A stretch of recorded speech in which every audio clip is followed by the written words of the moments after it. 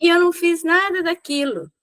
É a sensação que a gente deve ter quando volta para o plano espiritual e não realizou o nosso propósito. Quando a gente fez um planejamento e chega na Terra, quando as adversidades se apresentam, ou quando as pessoas têm comportamentos diferentes daquele que a gente achava que ia encontrar, achava que ia ser fácil, e não é, a gente desiste, a gente descansa, a gente se revolta, e quando volta para casa, é aquela sensação da viagem inútil.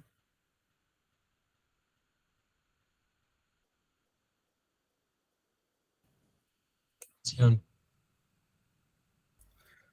Oi, Celinha. Não sei se eu estou viajando muito, mas só complementando. Quando fala na oração, né? Assim na terra quanto no céu, isso que você falou no plano espiritual, assim, da forma como eu vejo hoje também, posso estar enganado, mas é a mesma coisa que acontece aqui, sabe? Porque a gente se prepara no plano espiritual para vir, falando de mim então, né? Prepara no plano espiritual para vir, para conseguir fazer de forma eficiente, né, aquilo que eu me comprometi. Aí o Luciano chega aqui, aí quer fazer, né, antecipa esse querer fazer, mas não faz, sabe? Quer fazer, mas não faz. Né? Aí, o que eu não presto atenção no presente, aí o que eu sou hoje me escapa. Aí isso me escapa, aí bate um vazio, porque eu não me reconheço com as minhas virtudes e nem com os meus defeitos de ser melhorado, e as virtudes para poder fazer aquilo que eu me comprometi. Então, o que eu sou hoje também eu deixo escapar. Aquilo que eu planejei para o futuro, lá no plano espiritual, né? Tentei antecipar, vi que não dou conta, é tudo diferente, ok, né? Não faço. Então, o que eu sou no presente, para reforma íntima, me escapa, porque eu não me reconheço de fato como eu sou. Né? Aí bate o vazio. Divaldo fala, vazio existencial, né?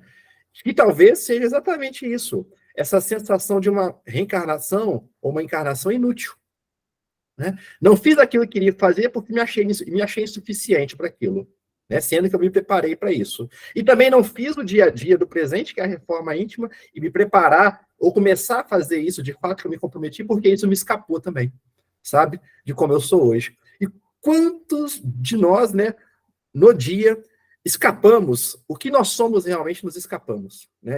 Escapa da gente, né? A gente não se reconhece efetivamente com as nossas virtudes para fazer aquilo que nos comprometemos e os defeitos ou as nossas dificuldades para melhorarmos naquilo que precisamos também. Né? Então, é assim na Terra como no plano espiritual também, né? É verdade. Franco. Boa noite a todos. Eu fiquei aqui pensando, quando a gente tem alguma dificuldade, algum desafio, aí naquele momento, realmente, a gente às vezes fica, a Celinha falou muito bem, às vezes a gente fica, naquele momento, a gente não vivencia tudo que deveria, quando ela cita, quando a gente vai fazer uma viagem, aí essa nossa viagem foi aqui para o planeta Terra.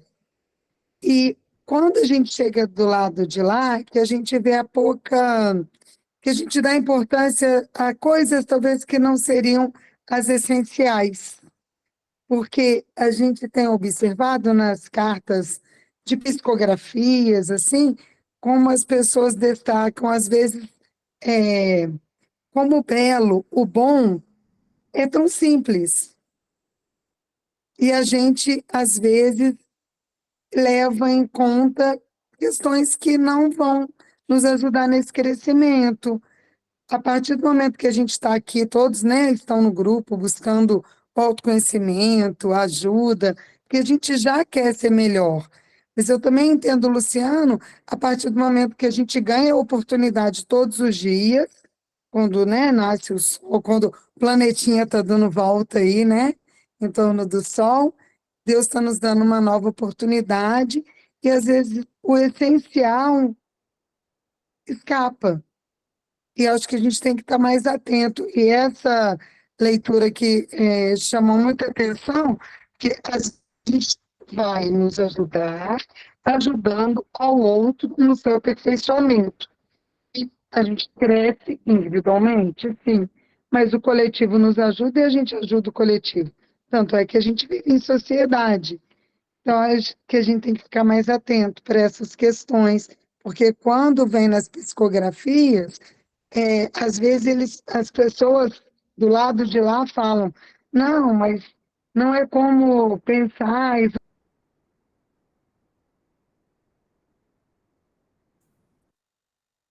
Aí eu, quanto, quanto mais sublime as coisas, né, o belo e o bom, quanto é mais importante do que situações que às vezes a gente, nesse seria ser trilhado para conseguir, né? Seria deixar a vir a minhas criancinhas, né, Claudinha? Os puros de É, coração.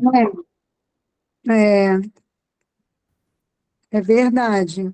Olha, eu amei a sua prece, viu? Fiquei muito emocionada. Muito obrigada. Nada disso. A gente tem que lembrar que a gente é filho de Deus e que a gente, quantas vezes não fala isso, né? A gente esquece dessa maravilha. é, Verdade.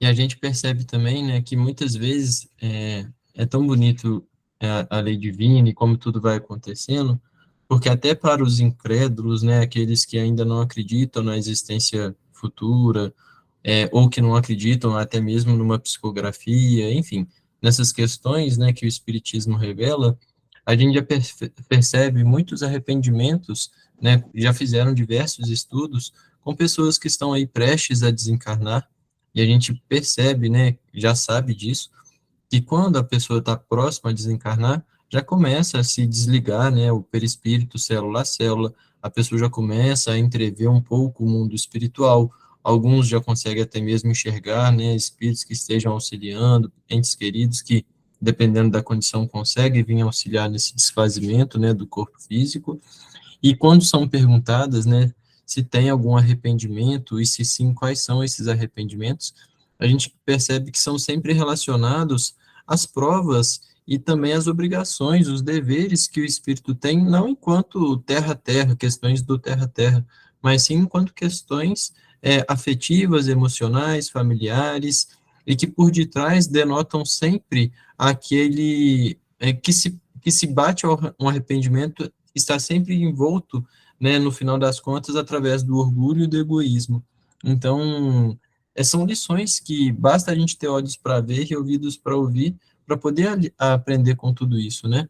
E a gente percebe também sobre essa questão da escolha das provas e até mesmo das questões que a gente pode modificar e como é que a gente vai equilibrar, né? Se vai pegar uma encarnação mais difícil ou mais fácil. No livro Missionários da Luz, é muito bom o exemplo que tem lá, que é da Anacleta. Ela é uma pessoa que ela é descrita como assim, uma pessoa super carinhosa, super dedicada, mas que precisava corrigir algumas falhas que ela teve enquanto mãe, né, durante aí a sua maternidade. Quando a gente analisa essa família, o seu marido também era um homem bom, era um homem trabalhador, era um homem íntegro, mas acontece que por conta das suas próprias imprudências no passado, os 4 filhos que eles tiveram sofreram consequências negativas nas suas próprias vidas. E acontece que essas consequências negativas foram geradas pela própria mãe, pela própria Anacleta. E como que isso foi gerado? Foi gerado porque a Anacleta ela se excedia no afeto materno, prejudicando a influência no lar. E aí, como resultado, os 4 filhos acabaram se envolvendo em comportamentos físicos e morais desregrados, levando então eles, né, às condições aí degradantes e muitos acabaram desencarnando, né, prematuramente, vamos dizer assim. Então, quando ela retorna ao mundo espiritual, né, quando ela desencarna, ela já tinha uma condição, vamos dizer assim, né, e ela percebe que se equivocou, né, aquele amor não foi saudável, foi um amor doentio, que ela escorregou nessa situação e que precisaria trabalhar arduamente para conseguir não apenas sua própria reencarnação, mas também a reencarnação dos seus filhos, né, dos seus 4 filhos, para que eles possam passar juntos pelas provas, né, purificadoras aqui na Terra. E aí ela faz esse pedido, né, para que eles possam reencarnar juntos também. E lá no livro conta, né, que esse pedido foi aceito. Demorou 30 anos para ser aceito essa concessão, né? E aí eles vão mostrando lá no livro como que vai acontecendo todo esse planejamento encarnatório dela, principalmente com as provas. Como é que ficou mais ou menos arranjado? A encarnação dela, junto com seus 4 filhos, iam ser super desafiadoras. Por quê? Porque 2 dos seus filhos vão reencarnar em condições de pessoas paralíticas. Então, a gente sabe que é um desafio. Um desses filhos se reencarnaria na condição de débil mental, também outro desafio. E a outra filha é que vai ter uma condição assim um pouco melhor, vamos dizer assim, mas que também vai ter os seus próprios desafios, as suas necessidades de retificação, e ela que vai auxiliar a mãe, Anacleta, porque ela vai ficar viúva muito cedo. Então vai ser uma encarnação que é ela com os 4 filhos mesmo, 2 paralíticos, um débil mental e a filha que também tinha suas questões, mas que daria um suporte aí à mãe para poder lidar tudo isso. E aí é muito curioso, porque quando eles vão analisar esse programa reencarnatório, eles abrem lá no mundo espiritual, como se fosse, não é nem um papel, né, vamos dizer assim, eles abrem uma questão lá, e quando eles abrem isso, aparece, vamos dizer assim, né, no papel, desenhado lá, um corpo feminino belíssimo, e era justamente, vamos dizer assim, um esboço do corpo que a Anacleta usaria, né, na sua próxima encarnação. E aí ela começa a conversar com esses engenheiros, vamos dizer assim, que vão arquitetar todo esse corpo e tudo mais. E aí ela começa a conversar com ela, olha, eu conversei com alguns benfeitores aqui que estão avalizando e que estão orientando a minha reencarnação, e a gente vai precisar fazer alguns ajustes no meu sistema endócrino. E aí essa pessoa, né, esse engenheiro, vamos dizer assim, ele ficou meio assustado, assim, porque o corpo era belíssimo, era tudo muito perfeito, a geometria que tinha por detrás disso era muito bem arquitetada, e aí ela fala, olha, a gente vai precisar mexer no sistema endócrino. E aí eles perguntam, olha, mas por quê? E aí ela explica, olha, eu conversei com os benfeitores aqui, e no sentido de não me apresentar na crosta, dentro de linhas muito perfeitas, de uma aparência muito bela, de tudo aquilo que, vamos dizer assim, vai a seu encontro, vai a favor dela, né, e que pode trazer também aí vários problemas, enquanto questões de sedução, de beleza demais, de atrair muita atenção para si, ela falou, olha, vamos mexer aí na tireoide, na paratireoide, para que não venha um corpo com linhas tão definidas, tudo muito belo, muito atrativo, vamos dizer assim, porque a minha encarnação já não vai ser fácil, né? Se ainda tiver que lidar com mais essa situação de ser uma pessoa muito bela, muito atrativa, com aquele corpo, vamos dizer assim, de Vênus, né? Ela até usa essa expressão, eu vou dançar nessa encarnação, não vou conseguir cumprir o que eu preciso, não.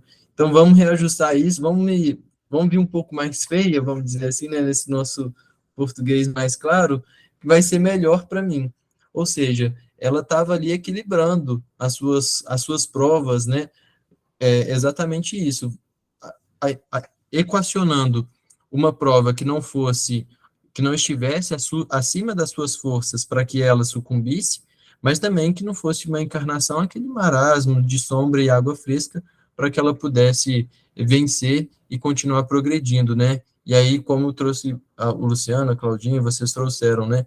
De um ajudando o outro, ou seja, a mãe ajudando as filhas, mas os filhos também ajudando a mãe, e todos aí sendo beneficiados aí na encarnação, né?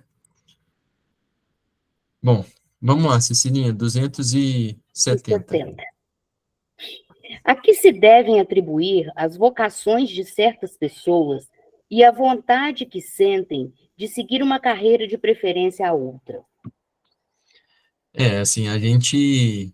É muito claro isso, por exemplo, às vezes, quando a gente está prestando vestibular, né? A gente fala assim, não, medicina, de jeito nenhum, não vou fazer isso jamais, não sei o quê. A gente costuma classificar, né, aquelas pessoas, ele é mais de exatas, né? Matemática, física, química. Não, eu sou mais da área de humanas. Enfim, ou seja, são as próprias... é, atributos, né, que a gente tem, as nossas preferências e tudo mais. Então, como é que a gente pode atribuir essas vocações? Porque cada um, se a gente perguntar aqui, vai ter um gosto, vai ter uma habilidade específica. A Cecilinha, por exemplo, ela manda super bem no artesanato. Outro dia, ela até cortando as fichas lá do pastel, marcando lá os pastéis, ela estava cortando assim, tudo simétrico, tudo bonitinho. Se fosse eu cortando, não dava para saber qual que era o pastel de queijo, de pizza, ia misturar tudo, ia ser uma confusão. Ou seja, cada um tem uma habilidade, tem uma vocação, tem uma predisposição a uma situação específica, né? E aí eles perguntam, como é que, o Kardec pergunta, né? Como que a gente pode atribuir essas vocações? E eles, mais uma vez, esclarecem. Parece-me que vós mesmos podeis responder a esta pergunta. Pois não é isso a consequência de tudo o que acabamos de dizer sobre a escolha das provas e sobre o progresso efetuado em existência anterior? Só uma parte. Eu gosto muito dos espíritos mais evoluídos, né? Porque com eles não tem, é preto no branco, é sim, sim, não, não, não. E de vez em quando eles falam assim, raciocina, filho. Eu já respondi isso, eu já expliquei isso, né? Isso já está mais claro do que tudo. Você está me perguntando de novo, Kardec? É verdade. Ou seja, né, é só analisar tudo que a gente viu. A gente sabe que todos os progressos que a gente faz não se apagam, né? E isso ficam armazenados para a gente, se for necessário, utilizar na próxima encarnação. Então, por exemplo, se numa encarnação eu fui um exímio pianista, aquele conhecimento que eu adquiri no piano, eu não vou perder isso, não. Isso vai ficar armazenado em mim. Eu não vou me desfazer disso jamais. Esses são, sim, os tesouros que a traça não corrói, né? Não tem aquela passagem de Jesus que ele alerta a isso? Então, isso é do espírito, isso não se perde. Agora, pode ser que numa encarnação, escolhendo as provas que eu vou ter que passar, pode ser que eu venha sendo sem nenhuma aptidão à música em si, né? Aquilo não esteja aberto naquela encarnação para mim. Então, por exemplo, eu posso ter sido um Beethoven da vida na encarnação passada, e nessa eu não consegui tocar nada. Por quê? Porque às vezes aquele atributo, aquela vocação que eu tenho pode estar fechado, para que eu não perca, por exemplo, muito do meu tempo estudando mais uma encarnação, estudando a teoria musical, perdendo o tempo, entre aspas, ali na prática, estudando, gastando muitas horas do meu dia que são limitadas, em uma questão que às vezes eu já tirei nota 10 de 10, que eu não preciso mais resolver. Agora, pode ser que aí, se no piano eu já estou craque, agora eu vou ter que trabalhar, aprender um pouco de matemática, sei lá, assim, só um exemplo mais, vamos dizer assim, para ficar mais claro. E aí eu vou gastar mais meu tempo estudando a matemática, me evoluindo, fazendo a faculdade, ajudando a resolver problemas que podem contribuir aí até mesmo na evolução do mundo, ajudar as pessoas, né? Posso ser um professor que vou ajudar aí as pessoas a terem um desempenho melhor na matemática e naturalmente seguirem as suas provas, seguirem suas vocações. Então, olha como é que as janelas vão se abrindo, né? Não dá para a gente fazer tudo, nem ser tudo ao mesmo tempo.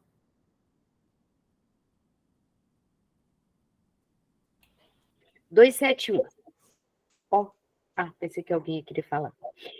Estudando na erraticidade as diversas condições em que poderá progredir, como pensa o espírito consegui-lo, nascendo, por exemplo, entre canibais? Então, olha só, bacana que o Kardec ele já começa a pergunta, até mesmo nos ensinando e nos relembrando aquilo que a gente já viu nas questões anteriores. Nós, enquanto espíritos, e sobretudo aqueles que desejam evoluir, eles não ficam lá no mundo espiritual tirando férias, né? Eu falei no estudo passado, o caso até mesmo do Divaldo, né? Que ele só quer 2 semanas lá para dormir e depois reencarnar. Eu falei do livro Pensamento e Vida, que é uma cartilha oral que eles têm lá no mundo espiritual, ensinando como que eles vão lidar com a reencarnação, ou seja, existem cursos, existem aulas no mundo espiritual. Então, as pessoas, né, nós, enquanto espíritos, quando quisermos, nós teremos essas aulas e esses estudos lá na erraticidade, ou seja, no mundo espiritual. E aí aí ele continua, né, as diversas condições em que poderá progredir, como pensa o espírito consegui-lo, nascendo, por exemplo, entre os canibais.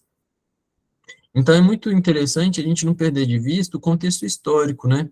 E aí é muito bacana como que o Kardec mistura isso, porque ele traz sim um contexto histórico de uma realidade que no século XIX, né, lá em 1857, era muito mais presente do que nos dias atuais. Se não me engano, assim, vamos dizer, do que a gente conhece hoje de forma mais fácil e tudo mais, só existem ainda hoje duas tribos canibais, né? Uma ali na Nova Guiné e outra tribo na Índia. Então a gente percebe que hoje na Terra nós não temos mais tantas tribos canibais, sobretudo quando comparado ao passado, ao século XIX, que tinham ainda muitas, e se a gente voltar, por exemplo, 1000 anos atrás, com certeza eram mais ainda, né? Então a gente percebe também como que a Terra vai passando por essa transição. E aí, vamos ver o que os espíritos respondem. Entre canibais não nascem espíritos já adiantados, mas espíritos de natureza dos canibais, ou ainda inferiores aos destes. É aquela história, né? Semelhante atrai semelhante.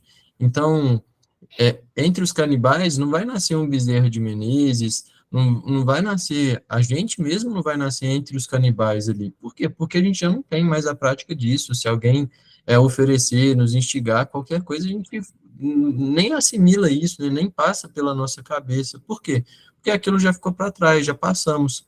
Mas, por outro lado, nós sabemos que há muitas moradas na casa de meu pai. E da mesma forma que a Terra já foi um dia um mundo primitivo, existem outros planetas que estão em condições ainda muito iniciais desse primitivo, e que aqueles espíritos que habitam nesses planetas renascerem, por exemplo, na Terra, entre tribos canibais, é um progresso e uma evolução, vamos dizer assim, muito grande. Ou seja, é bom, entre aspas, para ele, né, eles terem esse progresso, enquanto que para nós não faz sentido nenhum estar naquilo ali, porque a gente não vai ter nada mais, a gente já passou por essa situação, não tem mais nada que vai agregar estar nessas condições. Então, é tudo de acordo com o que a gente pode oferecer, o que a gente pode ser útil, o que a gente pode aprender em cada circunstância, né? Eu acho que tem uma nota aqui do Kardec, assim. Ui.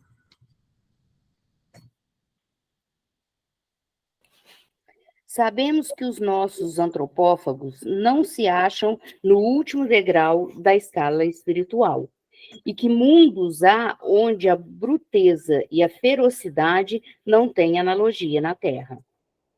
Os espíritos que aí encarnam são, portanto, inferiores aos mais ínfimos que no nosso mundo encarnam.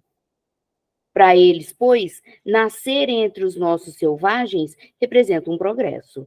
Como o progresso seria para os antropófagos terrenos exercerem entre nós uma profissão que os obrigasse a fazer correr sangue. Não podem pôr mais alto suas vistas, porque sua inferioridade moral não lhes permite compreender maior progresso. O espírito só gradativamente avança. Não lhe é dado transpor de um salto a distância que da civilização separa a barbárie. E é esta uma das razões que nos mostram ser necessária a reencarnação, que verdadeiramente corresponde à justiça de Deus. De outro modo, que seria desses milhões de criaturas que todos os dias morrem na maior degradação, se não tivessem meios de alcançar a superioridade? Por que os privaria Deus dos favores concedidos aos outros homens? É o que o Pedro falou aí mesmo, né? Anteriormente. Exatamente. Então fica claro que não existem saltos, né? É tudo no seu tempo certo, Ontem a gente estava lendo o Consolador Prometido, né, aquele capítulo do Evangelho, e lá é muito claro e muito taxativo, né, que Jesus falou que enviaria o Consolador Prometido, porque naquela época ele não podia revelar tudo. E por que ele não podia revelar tudo? Não é porque ele não queria, é porque nós não tínhamos a condição de compreender todas as verdades que ele traria naquele momento. Se as que ele trouxe já passaram-se 2000 anos e a gente não compreende completamente, que dirá essas outras espirituais? Então, ainda tem muitas questões que a gente ainda não consegue se assimilar. Então, os mundos canibais, nessas civilizações, tribos canibais, são espíritos que estão nessas condições ainda, que estão tendo a oportunidade da encarnação, estão tendo a oportunidade do progresso, porque muitas vezes nós olhamos para os canibais com aquele olhar assim de entendê-los como atrasados em relação a nós, mas nós, se a gente pegar espíritos que vivem em mundos felizes, eles vão olhar para nós e vão enxergar os canibais como a gente enxerga essas pessoas. Por quê? Porque a gente toma atitudes, seja em palavras, seja em ações mesmo, práticas, que são consideradas mesmo barbaridades aos olhos do mundo, de espíritos felizes, de espíritos puros, né? Então, tem questões que a gente fala, situações que a gente pensa, que são verdadeiros crimes aos olhos de Deus. E da mesma forma que a gente, às vezes, pode até julgar esses canibais, a gente sabe que estamos cometendo atrocidades tão graves quanto, sobretudo quando já temos um certo grau de conhecimento a respeito da lei divina, né? Então, tudo é progresso, nada é inútil no universo. Alguma consideração, pessoal? Ou vamos avançar? Porque acho que tem mais. A 272 também é sobre isso, né? 272 e 273. Oi, Pedro. Poderá dar-se. Peraí, Luciano. Desculpa, Cecilia. Não, que isso. Ô, Pedro, muito bom que você colocou aí, né? Que a gente resvala ainda, né? De certa forma, e com, talvez, não sei se é a palavra certa, né? Mas com alguns atenuantes ainda, né? Em relação aos bárbaros do passado, né? Aos canibais do passado, né? Eu penso o seguinte, na Idade Média, né? Os ditos medievais, né? Que achando que a gente não está muito longe ainda, né? Estamos melhorando, né? Mas ainda não estamos tão longe. Mas os medievais, eles utilizavam, né, contra o seu inimigo, por exemplo, uma arma letal, sabe? Uma machadinha, por exemplo, tá? Na Idade Média, né? E hoje, né, talvez um irmão equivocado não vai usar uma machadinha, mas vai usar uma arma de fogo, né? Que no fim das contas vai ter o mesmo efeito de uma machadinha. Então você vê que o progresso, né, na verdade, nosso progresso, ele é de âmbito mesmo e precisa ser sempre de âmbito moral mesmo, sabe? Para a gente eliminar essas coisas que, no fim das contas, podem ter o mesmo efeito danoso, sabe? Então, o progresso precisa ser moral, efetivamente, porque às vezes a gente avança em tecnologia, por exemplo, nesse sentido, avançamos em ferramentas que vão fazer a mesma coisa, o mesmo estrago, sabe?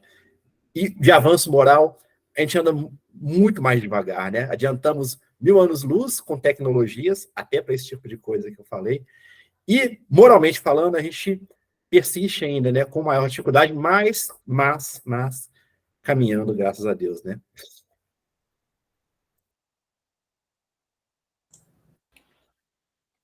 Pode ir. Uhum. 272. Poderá dar-se que espíritos vindos de um mundo inferior à Terra, ou de um povo muito atrasado, como os canibais, por exemplo, nasçam no seio de povos civilizados? Ou seja, né, tá muito claro aí na pergunta. Esses povos, eles podem nascer junto aí de outras civilizações que não cometem essas barbáries? E são bem claros, né? Pode. Alguns há que se extraviam por quererem subir muito alto, mas nesse caso ficam deslocados no meio em que nasceram, por estarem seus costumes e instintos em conflito com os dos outros homens. Ou seja, né, fica escancarado quando essas pessoas têm esses contatos, né, na pergunta que ele trouxe aqui, entre canibais e os povos civilizados. É muito discrepante uma atitude da outra. É muito discrepante a forma de pensar, a forma de se relacionar, o entendimento do mundo. E aí, talvez a gente consiga compreender melhor, quando a gente estuda essas questões, o que Jesus quis dizer, né, quando ele fala assim, ai daquele, é necessário que o escândalo venha, mas ai daquele que cometer o escândalo.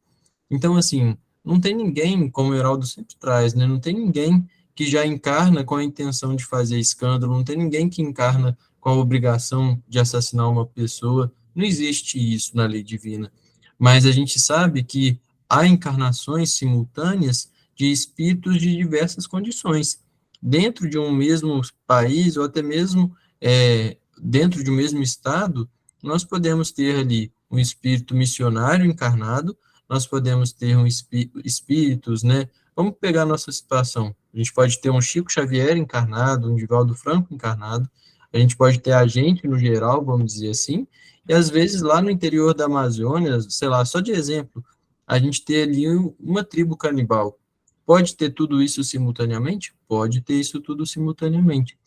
Esses escândalos, geralmente, eles acontecem justamente nesses espíritos que são mais primitivos em relação à grande massa de espíritos ali encarnados.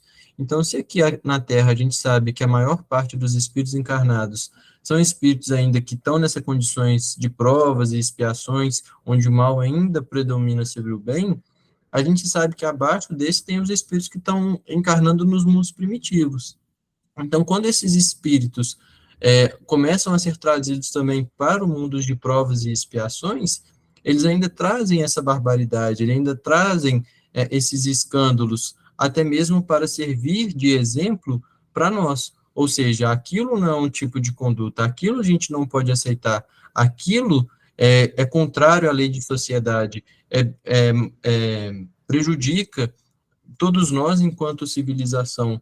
Ou seja, o escândalo ele vai aparecer, essas questões que chocam vão aparecer, mas a gente sabe que ai daquele que causar o escândalo, ou seja, naturalmente que esses espíritos não serão, entre aspas, julgados da mesma forma que nós, se cometêssemos tais barbaridades, seríamos, por conta de tudo que a gente já passou, de esclarecimento, de tudo que foi acumulado para trás.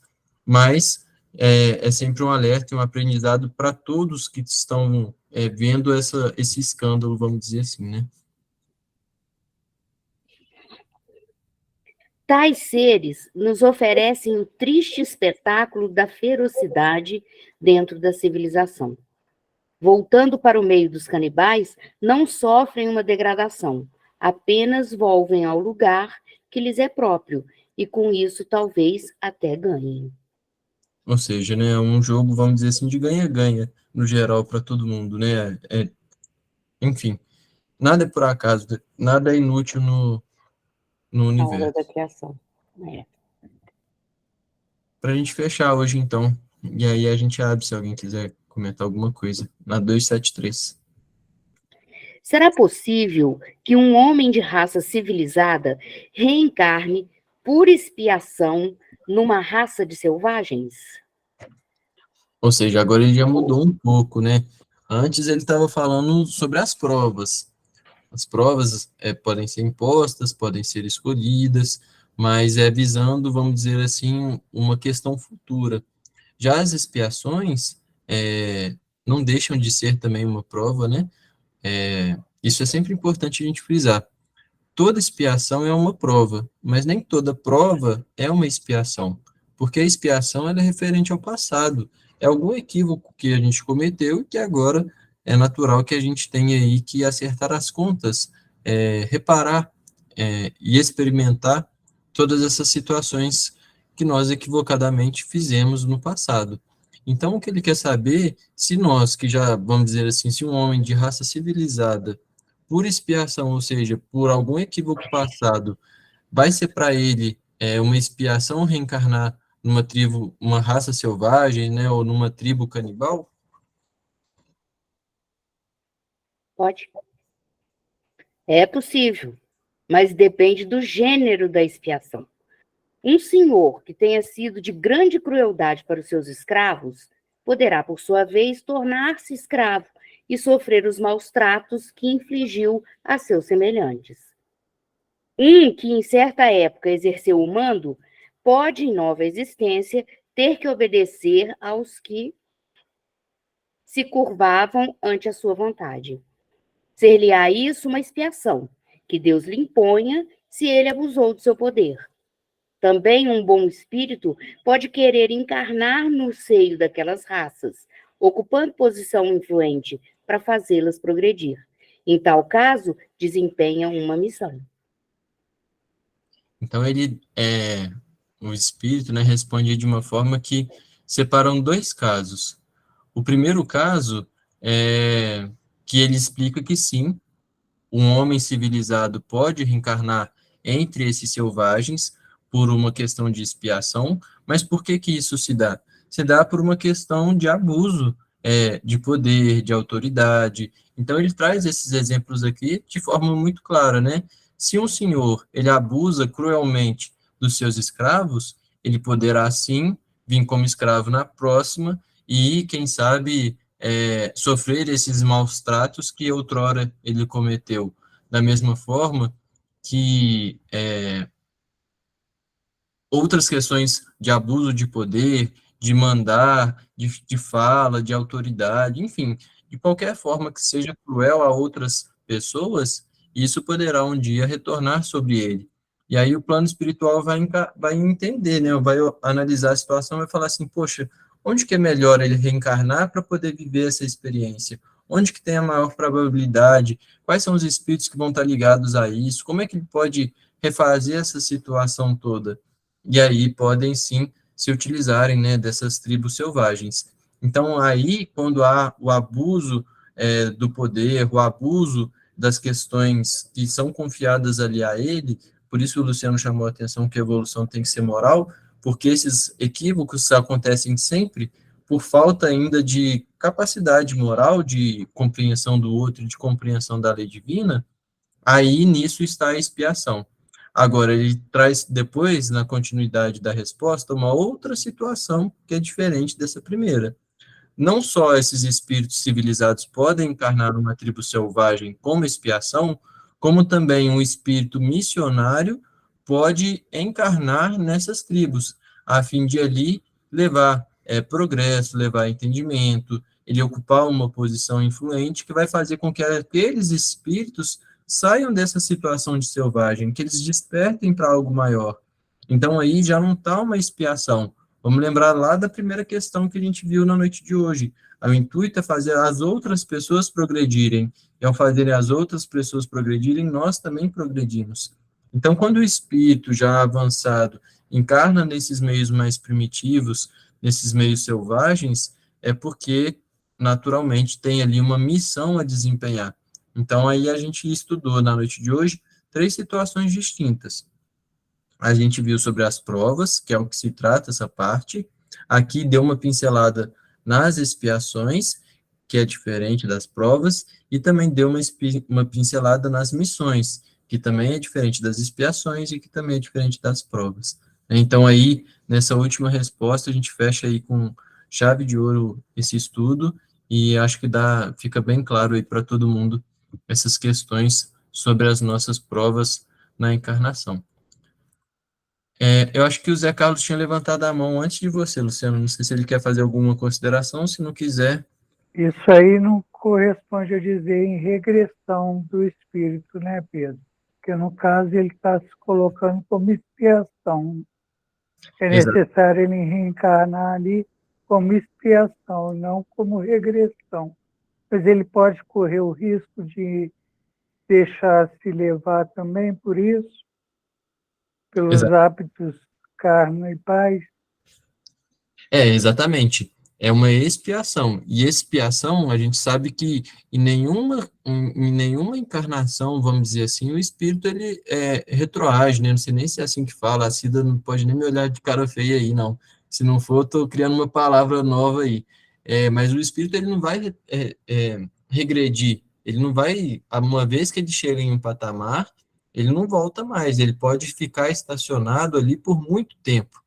E aí, a gente tem vários relatos, né, tem bastante obra trazendo sobre isso, quando o espírito ele fica muito estagnado, por exemplo, se a gente pegar aí os galhofeiros, né, os brincalhões do mundo espiritual, eles não estão fazendo nada, mas é aquela situação, eles estão lá, às vezes não estão prejudicando ninguém, mas também não estão querendo saber de se progredir, não estão querendo saber de melhorar, de resolver as situações e ficam ali estagnados um tempo até que a misericórdia divina e a justiça divina atuam e falam, olha, está na hora de vocês encarnarem para vocês despertarem para a vida, progredir, né? Então, é sempre essa questão de expiação, mas não há, como você bem disse, essa regressão, né? O espírito não retroage. Seria o caso também da gente afirmar com barulho de carroça, como o Heraldo sempre diz, que nós estamos estudando, mas se não aplicarmos nada, a gente vai ficar parado, né? Exatamente. É aquela lição da Alcione, né? Lá no livro Renúncia, quando elas estudam lá o Evangelho, né? Versículo a versículo, e fala assim, olha, o Evangelho, acima de tudo, ele tem que ser sentido e vivenciado, né? Então, não adianta a gente saber as questões aqui do Livro dos Espíritos de Cor, saber onde que isso está ligado lá no Evangelho, se na hora do vamos ver a gente age como verdadeiros canibais, né? Dos nossos pensamentos, nas nossas palavras, com intuito de orgulho, de egoísmo, de vaidade, então é a prática que vai nos dizer quem somos de fato, né? Luciano. Opa. Ô Pedro, eu entendi bem também, igual o Zé Carlos, né? O progresso moral do espírito, né? Ele é o nosso tesouro, né? É o nosso tesouro, aquilo que está aquinhoando aí em diversas encarnações. O que pode acontecer, se eu entendi bem também, é que isso não vai se perder de mim, né? É meu patrimônio. Mas eu posso descer ao planeta Terra na verdade, mesmo com esse patrimônio, e eu me deixar arrastar pelas influências, né, e pelas minhas más inclinações, eu posso me comprometer, né? Então, eu cheguei numa situação e saí mais comprometido do que eu cheguei. Ora, alguém vai ter que arrumar essa bagunça, né? E não será ninguém a não ser eu mesmo, né? Então, criar compromisso, né? Criar dificuldades, né? Nós que eu vou ter que desatar em momento oportuno, né? De acordo com a vontade do Pai. E muito bonito, Pedro, o que você falou anteriormente agora, né, desses irmãos que encarnam também em dificuldades, né? Por dificuldade, por pouco progresso espiritual, progresso moral, né? Como no caso de descer a uma tribo de canibais ou mundos inferiores. Eu só queria ler, porque me marcou muito essa semana, o Bezerra, aqui no livro dele, ele fala um negócio muito bonito, sabe? Ele fala assim, olha, todos, pois, que descem a vida corpórea, têm em torno de si, por piores que sejam, espíritos protetores. E por melhores que sejam, perseguidores, inimigos feitos no tempo de seu maior atraso, né? Então, nos imputa aqui também a responsabilidade da vigilância, né? E do nosso caminhar, porque por mais perfeitos que sejamos aqui na Terra, sabemos que estamos longe disso também, né? Já fomos também, possivelmente, talvez, canibais, né? Mas contamos com o concurso sempre com a misericórdia do Pai e desses amigos espirituais, anjo da guarda, né? Como você, Pedro, sempre fala, o Heraldo, a Celinha, né? Que estão sempre conosco também, por pior ou por melhor que sejamos, né? É muito bom. Essa passagem que você leu aí do livro, me veio na hora, assim, a história, né, do Nabucodonosor que a gente fez aqui no estudo de quinta-feira, tem lá a gravação, e está envolvendo o Bezerra também. A gente percebe que aquela época lá atrás, ele fez vários inimigos, né? E agora ele está ali sendo tutelado, guia e mentor, velando ali por diversos espíritos que outrora eram seus inimigos. Então, é muito belo isso mesmo, né? Como é que os papéis vão se invertendo. Mais alguma questão ou podemos passar a bola para a Celinha? Bom, então tem a Celinha para a Celinha mesmo. Pessoal, obrigado aí pela colaboração aí de todos. Desculpa se ficou um pouco baixa a minha voz, alguma coisa assim, mas acho que deu tudo certinho. Esqueci de colocar para gravar no início, mas vai estar gravado uma parte aí. Celinha, tudo seu. É só complementando, né, a questão que o Zé Carlos colocou, Luciano também, o Pedro, Cecilinha colocando, né, a questão da regressão. Se os espíritos regridem, todos nós já percebemos que não, mas a gente volta na questão 272, que ele fala isso aqui, que nós acabamos de ler,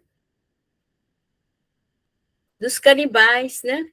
Que ele fala que os canibais, eles podem nascer em povos civilizados? E ele fala que pode, mas às vezes eles estão querendo subir além do que podem, ou que são capazes, e podem não se adaptar, não vão ser canibais no meio de povos civilizados. E aí eles voltam ao meio de canibais. Eles regrediram? Não, olha o que eles falam aqui, o retorno para junto dos canibais não será para eles uma queda, pois não farão mais do que retornar ao seu lugar, talvez com maior proveito.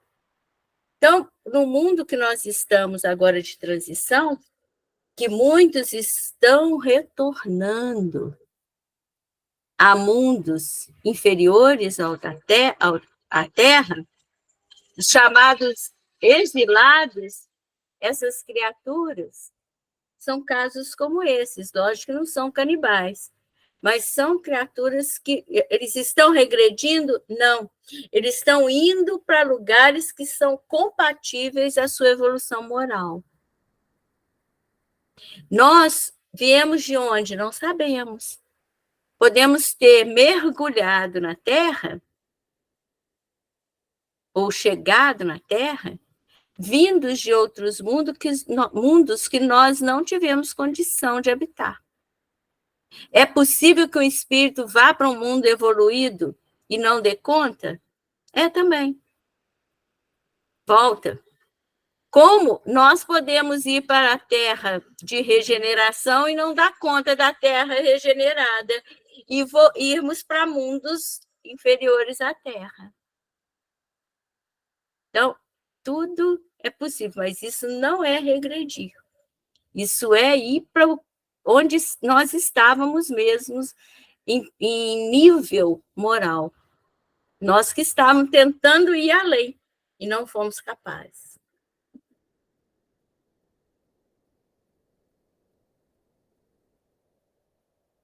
É isso aí. Vamos, Barulho então, de